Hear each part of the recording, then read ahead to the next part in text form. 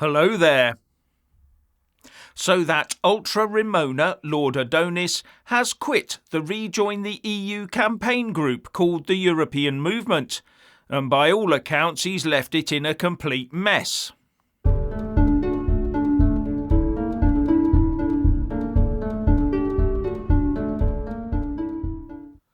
Now, if you haven't already done so, please do subscribe, click the little bell, select all, and then like and comment below. Yes, that's right. Lord Adonis has quit the Rejoin the EU campaign called the European Movement after getting complaints that he had turned it into an arm of the Labour Party, an arm of the Labour Party that its leader Keir Starmer seems to not need right now. And remember, political parties do internal polling on things like Brexit. And if Starmer thought reversing Brexit was a vote winner, he'd be straight on the bandwagon. Anyway, the scuttlebutt is that the Rejoin EU campaign is now looking to Dragon's Den star, that anti-Brexiteer Deborah Meaden, to fill the gap. Now, it turns out Adonis stood down in mid-December, but this is the first I've heard of it. And according to the Express, there were complaints that he acted undemocratically as chairman and was trying to create a rejoiner version of Labour's extremist Momentum supporters. And the Green politician and European Movement Vice Chair Molly Scott-Cato will become chair on an interim basis. This should tell us all that the hype about rejoining the EU is loud, but very, very shallow. Even an unnamed member for the European Movement told the Express, "The whole thing is a bit of a mess at the moment. Disarray is not too strong a word." Well, long may it remain in a bit, or better still, a lot of a mess. Or better still, just disband in disappointment. From bed blocking to bedroom blocking. First, it's blaming the woes of the NHS on the elderly blocking beds in the health service they helped pay for and build. Now it's also their fault that there aren't enough places to live in, because they live in nice large houses they've paid for themselves over many years and are therefore bedroom blocking. And this story has been pushed in the media for a couple of months now, flying kites no doubt, for a policy change. Now, the UK has a population growth problem, which manifests itself as an apparent problem of a lack of suitable housing. So where in the past a couple could live in a large house with no one thinking it odd, let alone passing judgment, we now have claims being made that those who do so, especially the elderly, are somehow bedroom blockers, keeping other people out of having their own home or room. Now, I checked out the ONS census figures for England and Wales on population and household occupancy, and these figures might surprise you. In 2011, there were 23.4 million households for a population of 56 million people. That makes it 2.4 people per household on average. But in 2021, there were 24.8 million households for a population of 59.6 million people. And that also makes it 2.4 persons per household. So the population went up by a bit over 6%, but so did the number of households. But households doesn't mean a house or a flat with 2.4 people living in it. No, it could mean the carving up of larger properties into a set of smaller units, or homes of multiple occupancy, where each bedroom in a large house is a separate home for someone with communal toilet and communal facilities. So we might already be cramming more people, the less wealthy, into smaller spaces as the population increases. And as this recession continues, house building will stall, as it usually does during a recession. But the population continues to grow, and grow fast. So we will need more households to put them in. And without more houses being built, that means utilising the housing stock we do have more efficiently. And that's why stories like this are beginning to do the rounds. and the talk of taxing people out of homes that the government deems too large for them are starting to surface. But when these people bought their houses, they did so with their own money that had already been taxed, and then maintained and nurtured them for many years.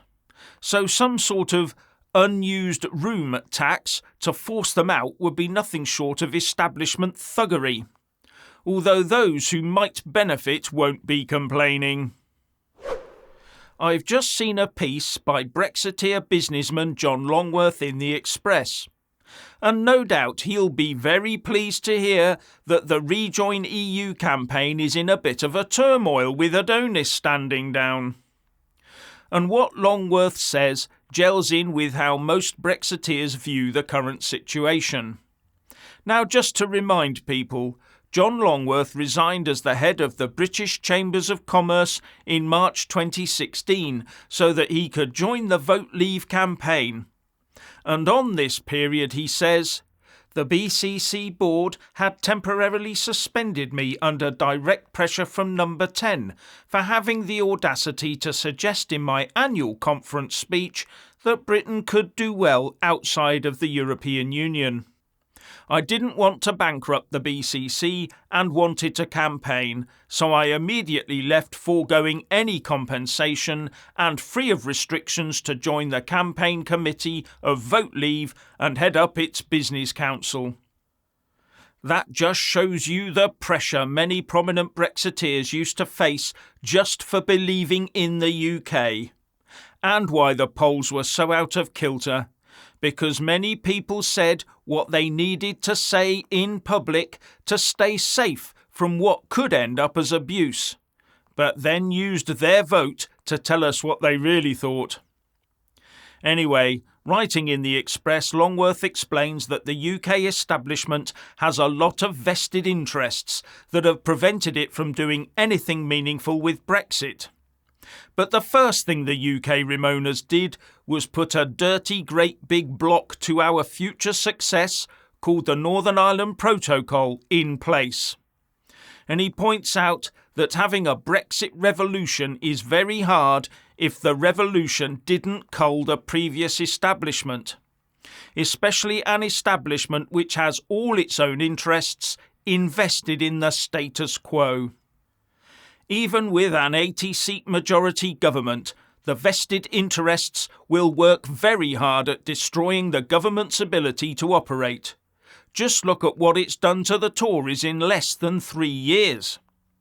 As I've said before, when a general election is over, all you've ever changed is, at most, a couple of hundred faces in the House of Commons. But just about everyone else in the Westminster political machine remains untouched. And they will not want to see change.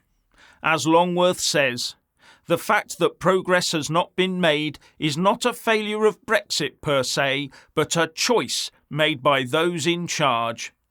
Worse still, this ethos runs across the entire political spectrum of Parliament and Whitehall and is the preferred default position of big multinational corporations and the institutions which serve both. We are at square one. And every move by the establishment is designed to prevent or water down completely any moves ministers might make to move the UK away from the direction the EU wants to travel. And today the EU Brexit negotiator and Commission Vice President Maros Šefčovič is said to be excited over a breakthrough on the Northern Ireland Protocol. A breakthrough agreed by the Foreign Secretary James Cleverly to give Brussels access to our customs IT systems. You see how it works and the direction of travel. And also remember that they're doing this to fudge something at the behest of Joe Biden for the 25th anniversary of the Belfast Agreement in April. And I would add that the establishment would also be quite happy to do damage to the UK economy and then try and blame Brexit in some way.